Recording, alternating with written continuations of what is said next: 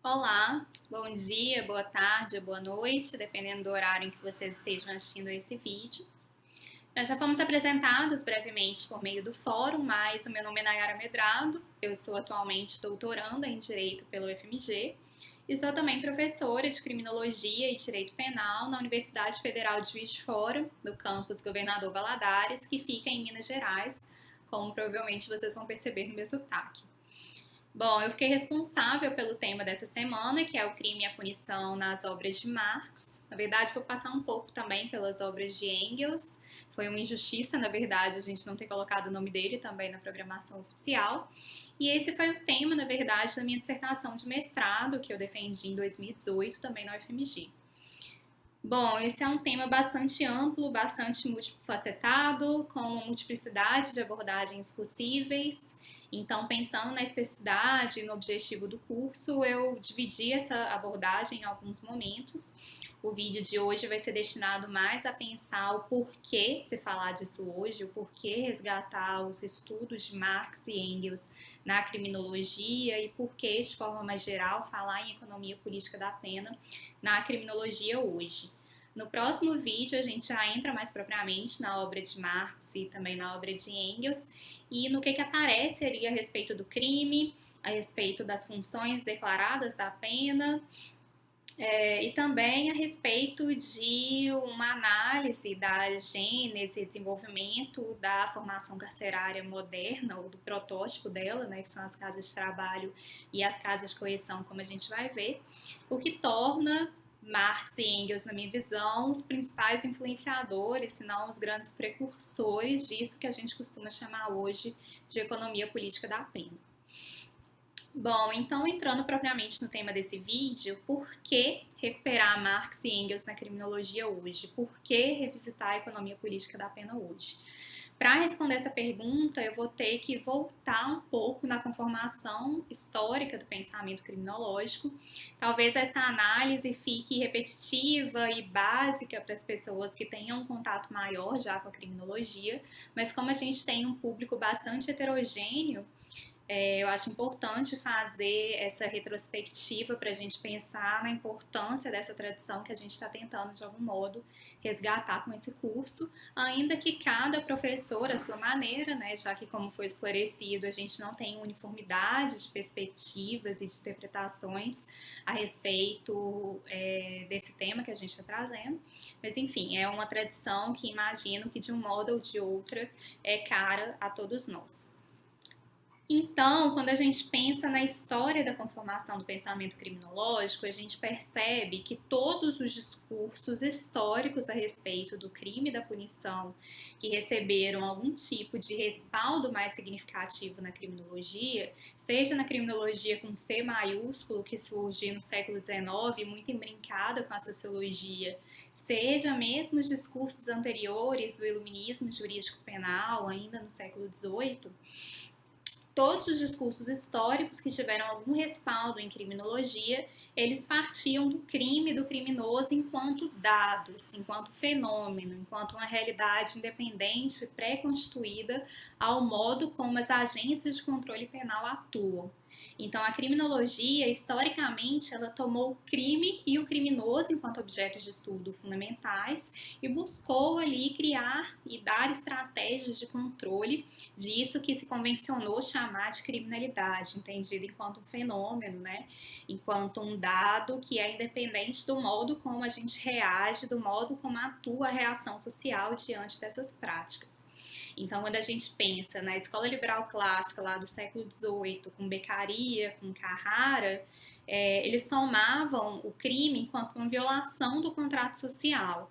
E aí partia-se de uma visão do sujeito racional que orienta suas escolhas cotidianas com base em um raciocínio de custo-benefício.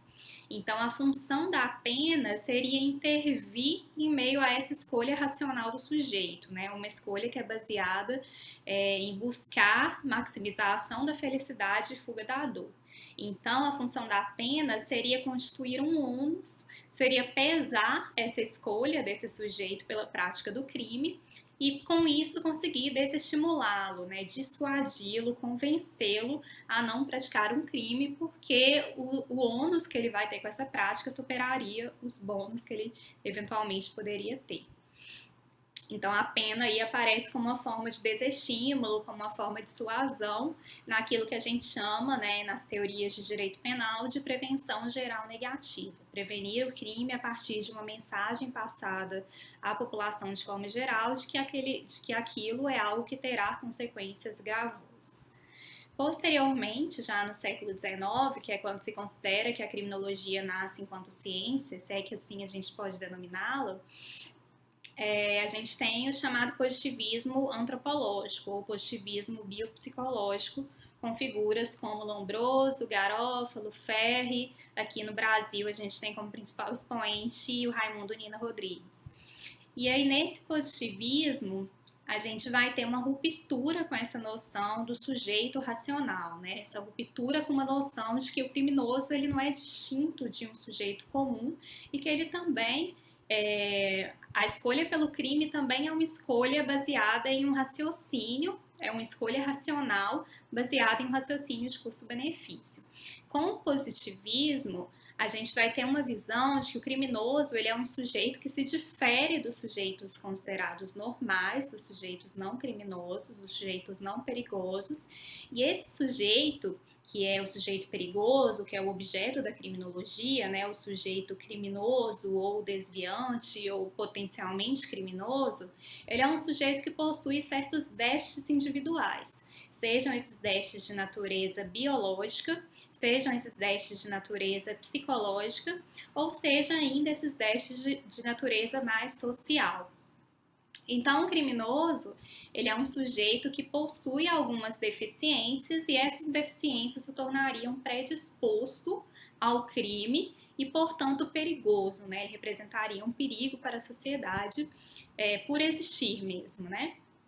E aí, então, a função da pena nesse contexto não vai ser mais intervir, né, em meio à escolha de um sujeito racional, porque o criminoso não é esse sujeito.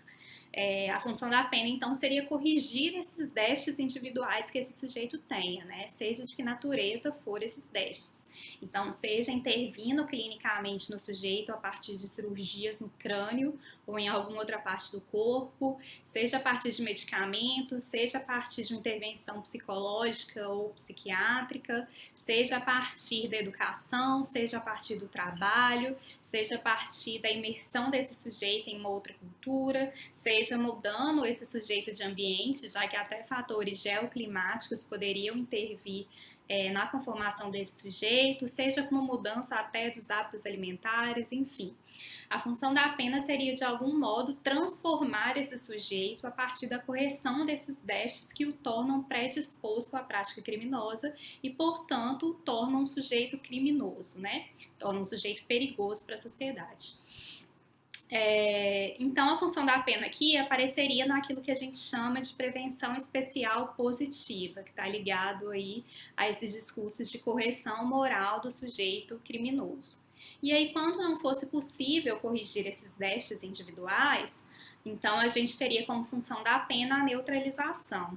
Então, bloquear a periculosidade desse sujeito, né? Já que eu não consigo corrigir essa periculosidade, eu bloqueio ela.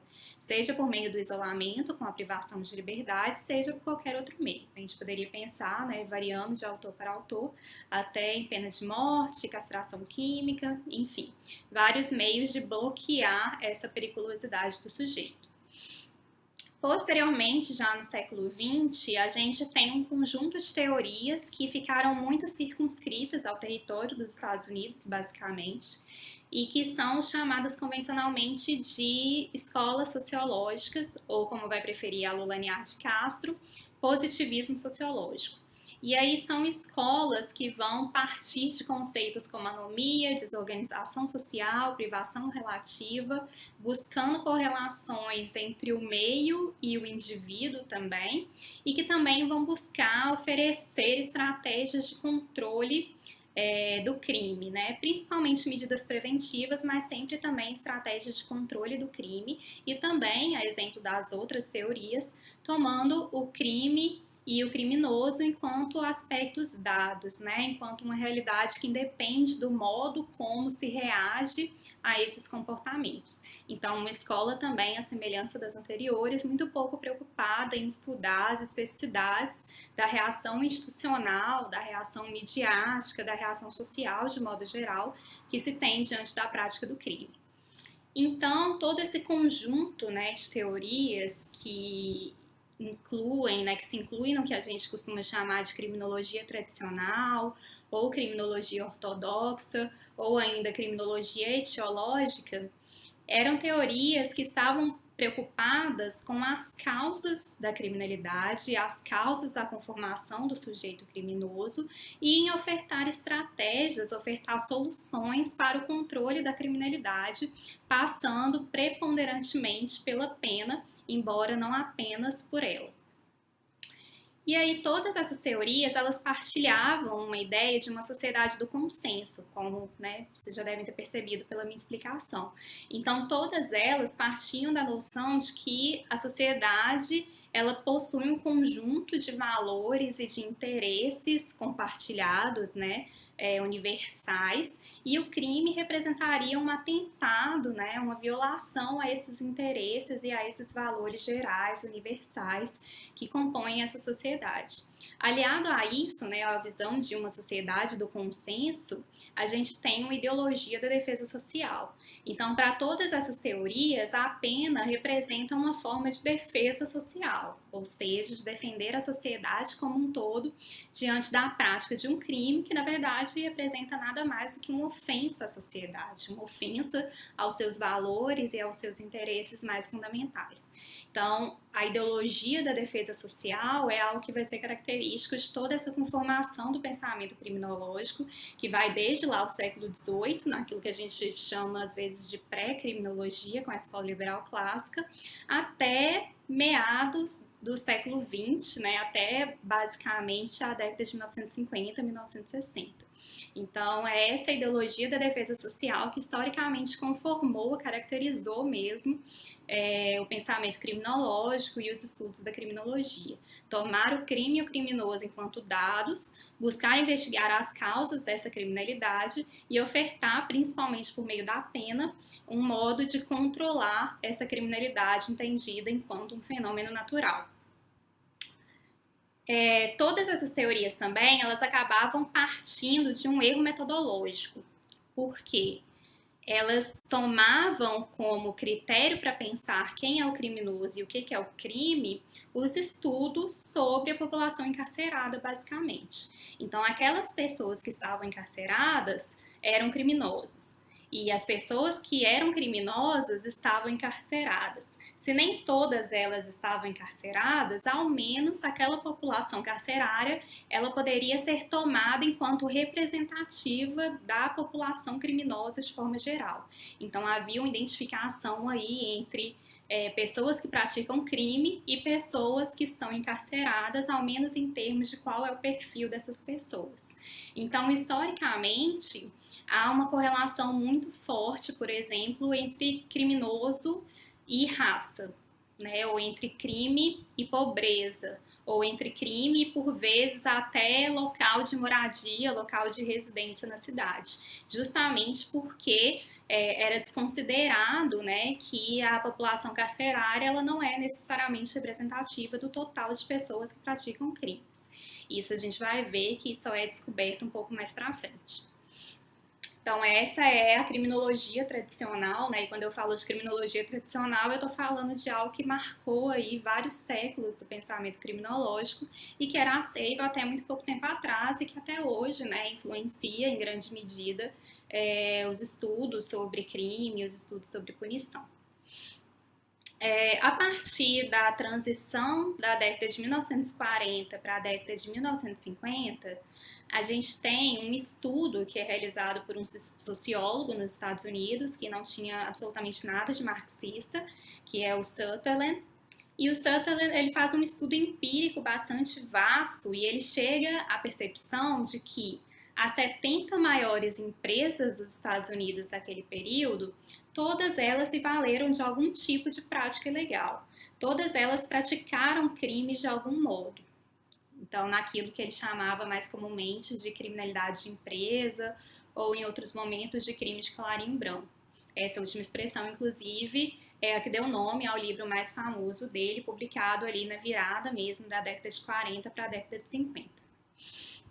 Então, com isso, Sutherland, a partir de uma pesquisa empírica bastante vasta, bastante profunda, ele percebe que a criminalidade de colarinho branco ela era muito mais vasta, muito mais extensa, muito mais frequente, muito mais generalizada e representava danos muito mais significativos do que se tinha conhecimento até então. E, apesar disso, ela só representava menos de 2% do total da população encarcerada. Então ele percebe aí pela primeira vez que havia toda uma cifra da criminalidade que não estava sendo objeto da persecução penal do Estado.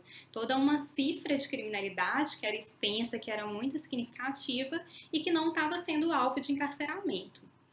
Então, com isso, ele cria condições para as futuras discussões a respeito da seletividade penal, porque afinal ele descobre que a criminalidade ela está dividida entre várias classes sociais, então não há necessariamente uma correlação entre crime e pobreza, mas que a reação institucional que se tem diante da prática do crime, ela não é invariável, ela não é imutável, ela não é neutra, né? Então, há uma reação institucional diferente conforme a pessoa que está praticando aquele crime. As respostas que ele deu para essa diferença na persecução penal foram respostas mais circunscritas ao campo ético do que propriamente ao campo político. E também eram explicações que ficavam muito no nível micro das relações interpessoais. Então, por exemplo, o fato desses crimes eles serem mais difíceis de se constituírem prova a respeito deles, o fato de que muitos juízes eles têm relações pessoais com grandes empresários ou com grandes políticos. No máximo que ele chegou foi falar que os juízes eles também enxergavam, os juízes e a sociedade como um todo, né, enxergavam esses sujeitos como sujeitos não criminosos, né? Esses sujeitos eles não correspondiam a um estereótipo ali de criminoso. Mas o Sutherland ele ficou muito ali descrevendo condicionamentos que são muito superficiais, muito no campo micro e muito mais ligados à ética do que propriamente à política. Mas esse estudo dele, né, foi muito importante para isso, né, por revelar toda uma cifra oculta aí da criminalidade, por dar condições para o desenvolvimento de todos os estudos subsequentes a respeito da seletividade penal. Na década de 60, em meados da década de 60, a gente tem a constituição de uma nova escola que vai representar um verdadeiro giro aí na história do pensamento criminológico, que é a chamada teoria do etiquetamento e que vai inaugurar o que a gente chama de paradigma da reação social. Muito influenciada por esse estudo do Sutherland e também com a influência de várias outras matrizes teóricas, essa escola, a teoria do etiquetamento, que tem como alguns de seus expoentes Erving Goffman e Howard Becker, embora eles não se auto-reconhecessem enquanto uma escola uniforme, né? São estudos que vão mudar realmente o rumo das preocupações da criminologia. Por isso que a gente considera que há aí uma mudança paradigmática nos estudos criminológicos. Então, percebendo, né, que não existe o crime por si mesmo, não existe esse fenômeno criminalidade, que na verdade a reação institucional e a reação social que a gente tem diante da prática do crime, ela é essencial para o que a gente compreende enquanto crime e para o que a gente compreende enquanto criminoso, eles vão mudar completamente qual que é a preocupação que a criminologia deve ter. Então, se antes o objeto da criminologia era o crime e o criminoso, agora o objeto da criminologia vai ser muito mais pensar os distintos modos de reação social e institucional diante de diferentes práticas por diferentes atores. Então, vai se partir da concepção de que, na verdade, o crime ele é uma construção social discursiva operada por pessoas e grupos que detêm um chamado poder de definição. Então, o crime ele não é nada mais do que uma etiqueta, que uma tarjeta que eu coloco em determinados sujeitos, em determinados comportamentos, e apenas a partir dessa etiqueta é que essas pessoas e esses comportamentos vão ser materialmente considerados crimes, né? E essa tarjeta, ela não necessariamente está relacionada com a relevância do dano que aquilo trouxe para a sociedade. Então, essa reação institucional por meio da estigmatização, que eles vão chamar de processos de criminalização, depois divididos entre primários e secundários, formais e informais, eles vão ter um papel constitutivo diante do crime. Não tem como eu pensar o que é o crime sem eu pensar um modo específico de operacionalização das agências responsáveis pelo controle penal. Porque essa atuação dessas agências é imprescindível na constituição mesma do crime. Então, por isso que no estudo lá do Sutherland, apesar dessa criminalidade, né, ser vasta, da ocorrência de comportamentos que violavam a lei penal ser bastante vasta, aquilo não era materialmente crime no sentido de ser perseguido pelas agências de controle, né? Porque aquilo não tinha uma etiqueta de crime e aquelas pessoas que praticavam aquelas condutas não possuíam uma etiqueta de criminosos, né? Então, com isso, há uma virada no pensamento criminológico no sentido de mudar mesmo sua orientação. Antes, a grande preocupação da criminologia era estudar o que é o comportamento delituoso, quais são as suas causas e que estratégias eu posso adotar para controlá-lo, para preveni-lo, para reprimi-lo. Agora, se não há um comportamento criminoso pré-constituído, mas ao contrário, né, a atuação das agências de controle, a reação social que se tem diante dos comportamentos, ela é essencial, ela é constitutiva, o foco vai estar exatamente em como se dá esse poder de definição. Quem são as pessoas que detêm um poder de definição dentro da sociedade e como atua esse poder de definição? Quais condutas são definidas como criminosas e quais pessoas ou grupos de pessoas são definidos como criminosos? Como que se dá essa definição e quais são as suas implicações nos mais distintos campos? Então, realmente, a teoria do etiquetamento ela vai ser muito importante no sentido de propiciar essa virada, né, e de sinalizar, colocar luzes sobre algo que até então estava apagado na história do pensamento criminológico, que é a importância constitutiva da reação social ao crime diante da constituição mesmo desse crime e desse criminoso, né, desse sujeito criminoso. Mas ainda assim, essa escola ela ainda ficou muito no nível mais da descrição desse poder de definição e do modo como ele atua, do que propriamente investigar quais são as leis sociais que estão por detrás da existência desse poder de definição e por que esse poder de definição é atribuído a certas pessoas ou a certos grupos e não a outras.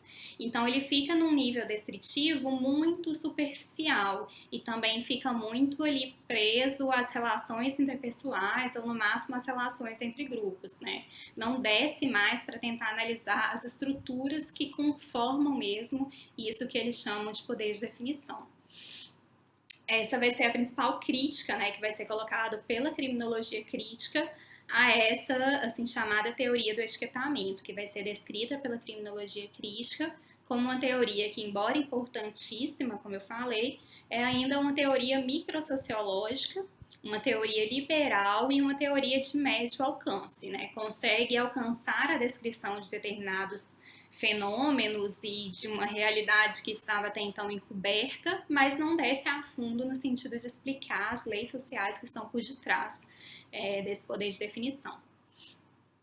E aí, mais para o final da década de 60 e na viragem da década de 60 para a década de 70, a gente vai ter a constituição da criminologia crítica. Então, num contexto ali, né, na década marcada pela contestação da ordem, que a gente vai viver a Revolução Cubana, que a gente vai viver movimentos de independência na África, que a gente vai viver movimentos de contracultura, que a gente vai viver a luta contra a ditadura na América Latina, que a gente vai viver mais 68 na França, enfim. É nesse clima aí da década de 60, de contestação da ordem, dos movimentos insurgentes, e aliado, né, com a influência de outras correntes teóricas, como a antipsiquiatria, por exemplo, é que a criminologia crítica, pegando, né, assumindo para si esse ganho teórico trazido pela teoria do etiquetamento, mas fazendo uma mediação muito forte com o marxismo, é que ela vai surgir, né, enquanto uma nova tentativa de explicar de forma mais profunda, de forma macro e de forma mais estrutural as leis sociais que estão por detrás desse poder de definição. Então, ela vai explicar isso, né, a existência desse poder de definição e o seu modo de operacionalização exatamente a partir de aportes da teoria marxista. Basicamente a partir da ideia de luta de classes, né, como grande motor aí das dinâmicas sociais.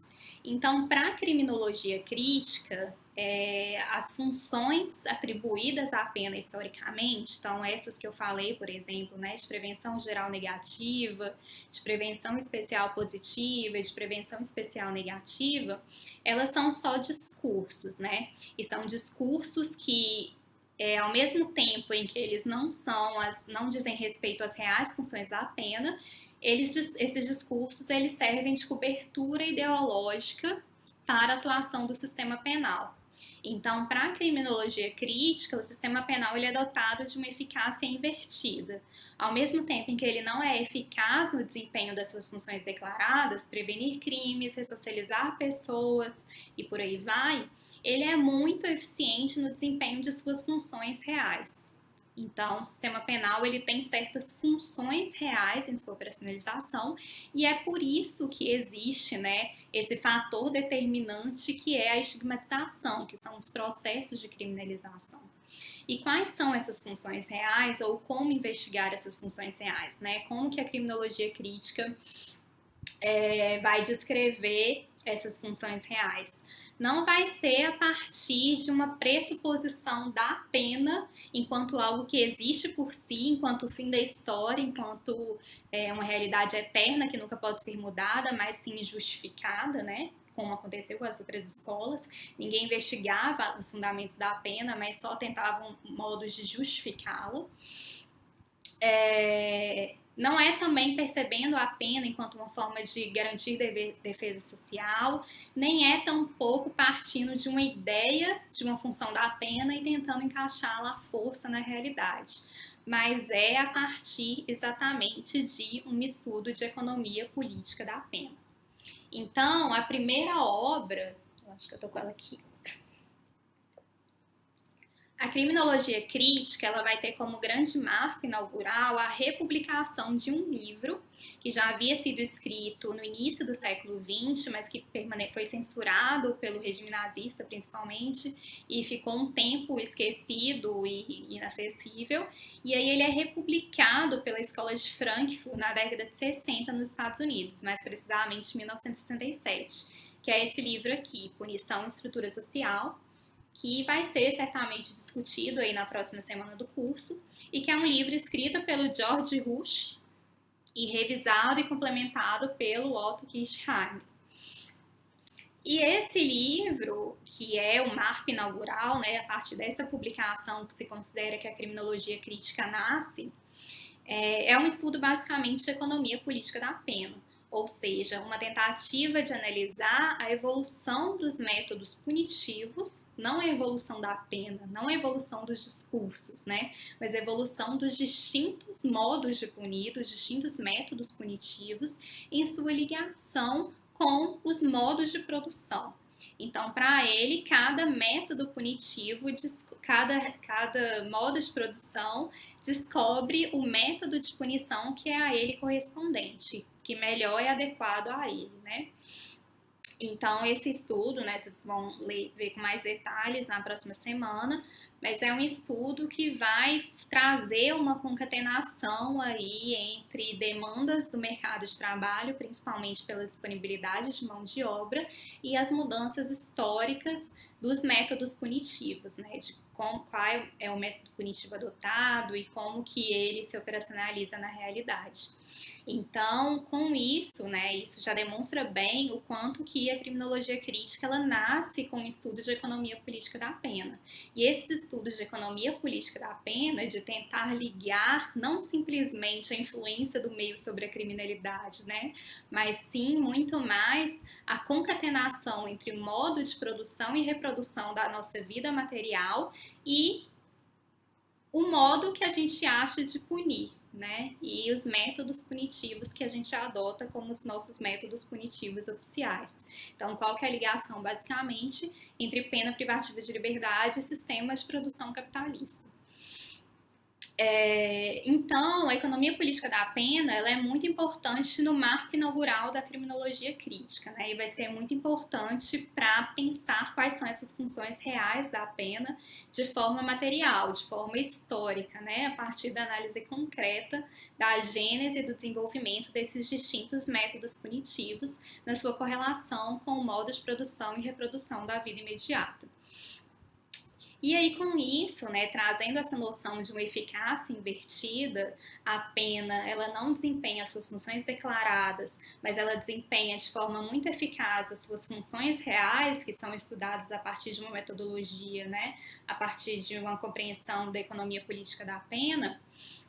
A criminologia ela vai ser muito importante no sentido de deslegitimar toda essa sociedade do consenso, né, que era pressuposto, toda essa ideia de que a sociedade ela partilha certos valores universais, certos valores que são unânimes, certos valores que são assentidos por todos os cidadãos, e o crime representaria uma violação natural, né, a esse conjunto de interesses e valores, e vai colocar muito mais como que há uma concatenação muito forte entre luta de classes e métodos punitivos, luta de classes e modos de operacionalização do sistema penal. Então, com isso, a criminologia crítica ela vai subverter aí o que é considerado uma sociedade do consenso e também vai subverter essa ideologia da defesa social, né? Essa função de que a pena ela existe para proteger a sociedade contra violações ao que essa sociedade tem de mais fundamental, mostrando que, na verdade, a pena ela serve muito mais para garantir essas condições de vida imediata que são ligadas a um determinado sistema de produção, né? No nosso caso, o sistema capitalista. Não vou entrar em maiores detalhamentos, porque na próxima semana vocês vão estudar, né, de forma mais detida esses estudos de economia política da pena, e também nos próximos vídeos, né, a gente vai discutir como que isso já aparece no pensamento do próprio Marx. Mas o fato é que a criminologia crítica representou uma perspectiva de ruptura, de subversão completa dentro da história do pensamento criminológico, né? Que durante séculos permaneceu, como eu disse, numa compreensão etiológica, numa busca pelas causas da criminalidade e numa patologização mesmo de quem é o criminoso, a partir de um erro metodológico muito fundamental, e acabava servindo aí todos esses discursos como uma cobertura ideológica para as funções reais desse sistema penal. É só com a criminologia crítica que a gente tem descortinadas essas funções reais, né? Ou ao menos a gente tem a potencialidade de descortinar essas funções reais e com isso ter uma compreensão mais efetiva do sistema penal e dos seus modos de operacionalização. Mas acontece que a partir da década de 80, a criminologia crítica ela começa a sofrer uma crise. Essa é uma crise que tem múltiplas dimensões. Então, é uma crise que, em parte, é interna, por conta de insuficiências da própria criminologia crítica, tanto de desenvolver mais pesquisas empíricas, que seria algo muito fundamental para a sua perspectiva, quanto de se conectar das particularidades regionais e locais de cada país, de cada região, enfim. Mas é, sobretudo, uma crise externa. E é uma crise externa que, na minha visão, ela tem duas direções, basicamente. Ou ela tem dois fatores que podem ser colocados como fatores primordiais dessa crise. A primeira faceta dessa crise é a emergência dos discursos eficientistas. Então, a partir da década de 80, né, a gente percebe que a criminologia crítica ela não conseguiu realmente extravasar os muros da universidade e não conseguiu influenciar decisivamente na formação do senso comum, e nem tampouco influenciar a orientação das políticas públicas em geral e das políticas criminais em específico. E ficou muito ali, né, então, circunscrita ao ambiente principalmente universitário. E aí, com isso, o que a gente via na realidade é a emergência de discursos eficientistas, Sejam esses discursos com pouca, ou seja, esses discursos com nenhuma sofisticação teórica, seja por meio de um neorretribucionismo, seja por meio de uma política criminatorial, seja por meio de discursos de lei e ordem. O que a gente percebe é que o senso comum em relação ao crime e à punição ainda é muito voltado para uma ideia de necessidade de um recrudescimento punitivo, né? De um aumento do rigor das penas, do rigor do modo de punir. Então, essa é a primeira faceta dessa crise da criminologia crítica, né? E esses discursos eficientistas, eles se fortalecem a partir da década de 80, no Brasil, principalmente a partir da década de 90, e é o que, de fato, vão orientar aí a criação das políticas criminais, que nem podem se chamar de políticas criminais, porque, na verdade, elas são reduzidas a políticas penais, né? Então, aumento de pena e aumento do rigor penal como principal forma de responder aos conflitos sociais de forma geral. Então, essa é a primeira faceta, né, a emergência dos discursos eficientistas que não levam em consideração de forma alguma esses dados trazidos pela criminologia crítica, ou num sentido menos exigente, né, não levam em consideração sequer qualquer pretensão de comprovação científica, ou menos ainda não estão preocupados nem em cumprir o que já está estatuído na lei, né? São discursos que emergem às vezes até contrariamente à própria lei, de forma mais ampla, né? A Constituição e as normas internacionais de direitos humanos, por exemplo. Então, essa é a primeira faceta da crise da criminologia crítica e talvez o principal obstáculo aí que é colocado diante da criminologia crítica, pensando aí nas possibilidades, né, de sua difusão mais ampla.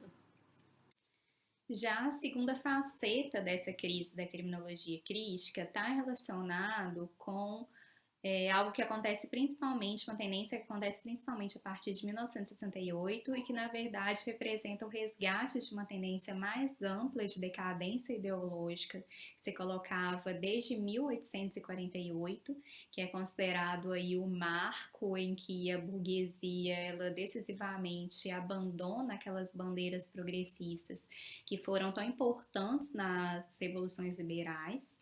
E aí, então, esse processo de decadência ideológica da burguesia, que é colocado a partir de 1848, é retomado novamente a partir de 1968, o marco que é considerado aí é o Maio de 68 na França. E aí, com isso, né, é retomada uma tendência que vai ser colocado em um conjunto de teorias muito heterogêneas entre si, cada uma delas com suas particularidades, mas que tem se unificado, né, elas têm sido unificadas sob o nome, colocado de forma externa, claro, de pós-modernidade.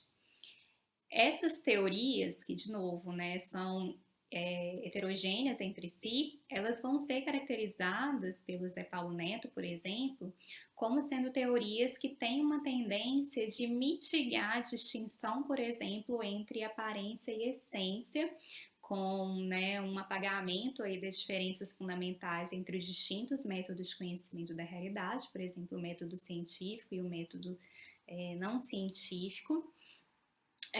Também por uma tendência de semiologização da realidade, por uma tendência também de ecletismo e um certo relativismo, e num sentido mais amplo, por uma negação de todo o legado do que é convencionalmente chamado de razão moderna.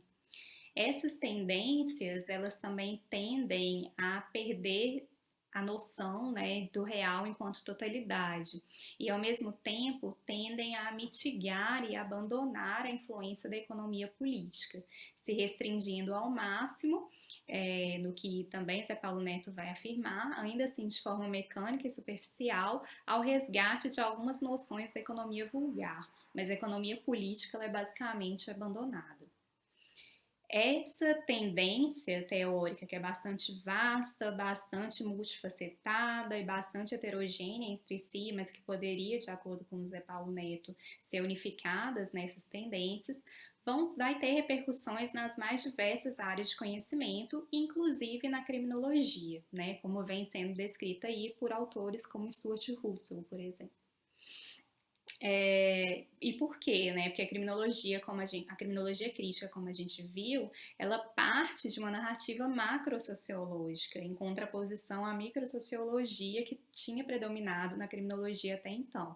E além disso, parte de uma compreensão do real enquanto totalidade. Então, o sistema penal seria uma espécie de complexo parcial que comporia essa totalidade, né?